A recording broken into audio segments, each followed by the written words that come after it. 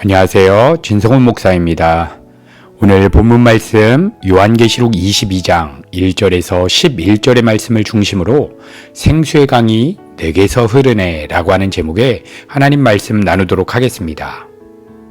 오늘 본문 말씀 요한계시록 22장은 하늘로부터 내려온 그 거룩한 성 새 예루살렘에 생수의 강이 흐르고 있음을 묘사함으로써 오늘 말씀은 시작이 됩니다. 계시록 22장 1절 또 그가 수정같이 맑은 생명수의 강을 내게 보이니 하나님과 및 어린 양의 보좌로부터 나와서. 여러분, 이 거룩한 성 새 예루살렘은 그리스도의 몸된 우리 교회 공동체를 상징하여 말하는 것입니다. 이 땅에 있는 모든 사람들은 이 세상 생명이 없는 썩어질 가치들의 마음이 사로잡히고 그것들을 소망하며 이 세상 가치들을 목적하여 살아가지만 어떠한 공동체는 이미 그 새하늘과 새 땅, 그 영원한 하나님 나라를 소망하며 지금도 하나님의 통치 가운데 그들의 내면 깊은 곳에서부터는 생명수가 흘러나와 12가지 실과를 맺으며 살아간다는 것입니다. 여러분, 그들이 바로 우리 거듭난 성도들의 모임인 그리스도의 몸된 교회 공동체인 것입니다. 이 생명은 오직 예수 안에만 있는 것입니다. 그래서 생명의 근원 되시는 예수 그리스도와 연합된 우리 성도들의 인생은 이 세상 썩어질 것들에 사로잡히는 자신의 죄악된 본성을 날마다 그리스도와 연합하여 죽고 오직 예수로만 살아가는 삶을 통해서 이미 천상에 완성된 생명수의 강이 흐르는 삶을 경험하게 되는 것입니다. 그러나 우리 안에 여전히 거하는 죄악된 본성은 십자가를 붙잡지 않는 모든 순간 하나님이 아닌 이 세상 여러 가지 환경과 상황들의 마음이 사로잡히며 그것들에 지배당하여 살아가게 됩니다. 그래서 우리 하나님께서는 때때로 우리의 삶에 여러 가지 사건화되어지는 어려운 인생 문제들과 어려운 환경들을 허락해 주심을 통해서 우리 성도의 삶에서 생수의 본체 되시는 우리 구주 예수 그리스도의 성품이 흘러가는 삶으로 친히 양육하여 인도하시는 것입니다. 여러분, 우리는 출애굽기 17장의 르비딤 물 사건의 내용을 살펴보게 되면 구약의 이스라엘 백성들이 이미 홍해바다를 건너 구원을 받았지만 여전히 삶에 주어지는 여러 가지 환경과 인생 문제들의 마음이 사로잡혀 원망과 불평하며 살아가는 그들의 죄악됨에도 불구하고 하나님께서는 그분의 열심과 그분의 사랑으로 그분의 백성들을 어떻게 양육해 가시는지를 발견하게 됩니다. 하나님께서는 이스라엘 백성들이 물이 없다고 불평하고 원망함에도 불구하고 그들의 목마름을 해결해 주십니다.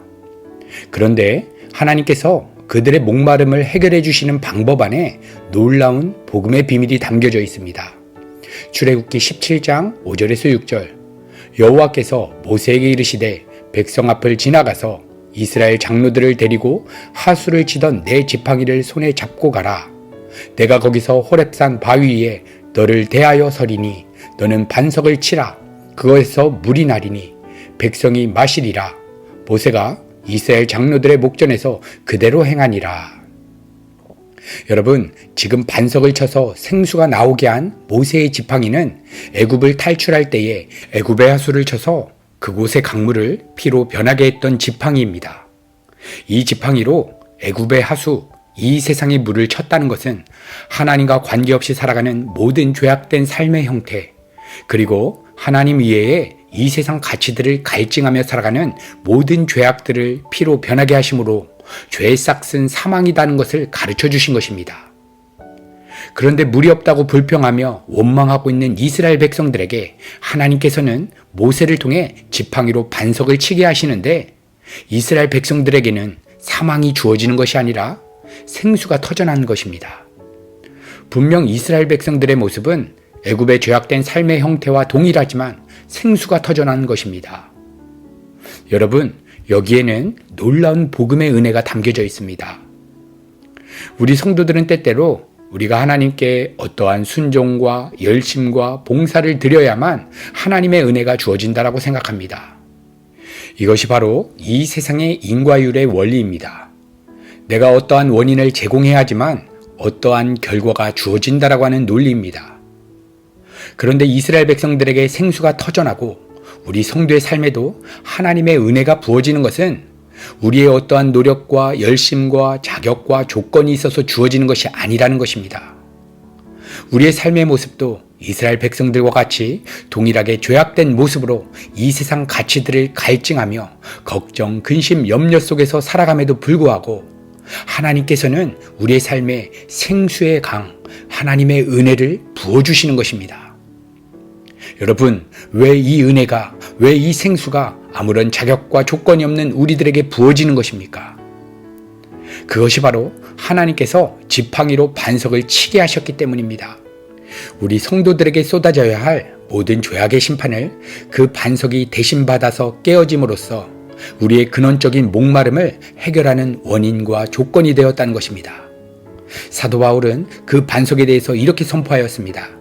고린도전서 10장 4절, 다 같은 신령한 음료를 마셨으니 이는 그들을 따르는 신령한 반석으로부터 마셨음에 그 반석은 곧 그리스도시라.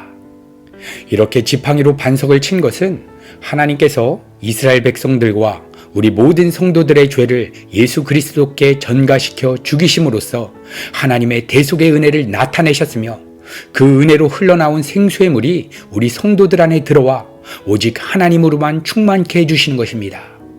여러분, 그분이 바로 성령 하나님이십니다.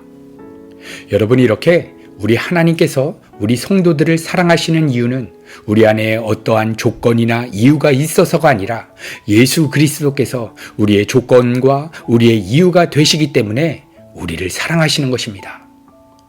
여러분, 그렇다면 우리의 삶에서 실제적으로 경험하게 되는 여러 가지 목마름에 대한 진정한 해결책은 무엇이겠습니까?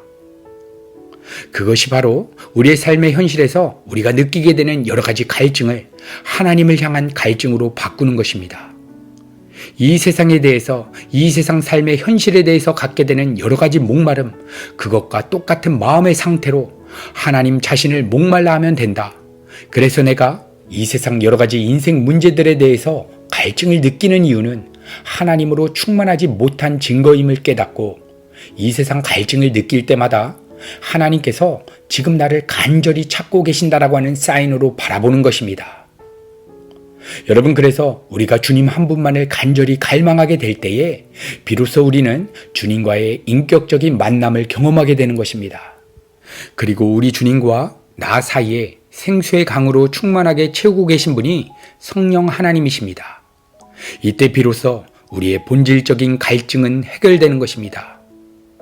이렇게 우리의 삶에 주어지는 여러 가지 목마름을 느낄 때마다 우리는 하나님을 향한 갈증으로 바꾸어서 하나님 사랑하는 마음을 보여드리는 기회로 삼는 자들이 바로 그리스도의 몸된 우리 교회 공동체인 것입니다. 여러분, 하나님께서는 우리 하나님의 백성들에게 그러한 인격적인 사랑을 받고 싶은 것입니다. 오늘도 우리 성도들은 예수 그리스도의 생명을 품은 자들로서 주님의 십자가에 이 세상에 대한 나의 목마름에 대해서 죽고 오직 하나님 한 분만을 갈망함으로써 우리 성도님들의 삶을 통해서 생수의 강이 흘러가는 그러한 성령의 충만한 삶을 살아가게 되기를 우리 구주 예수 그리스도의 이름으로 간절히 축복합니다.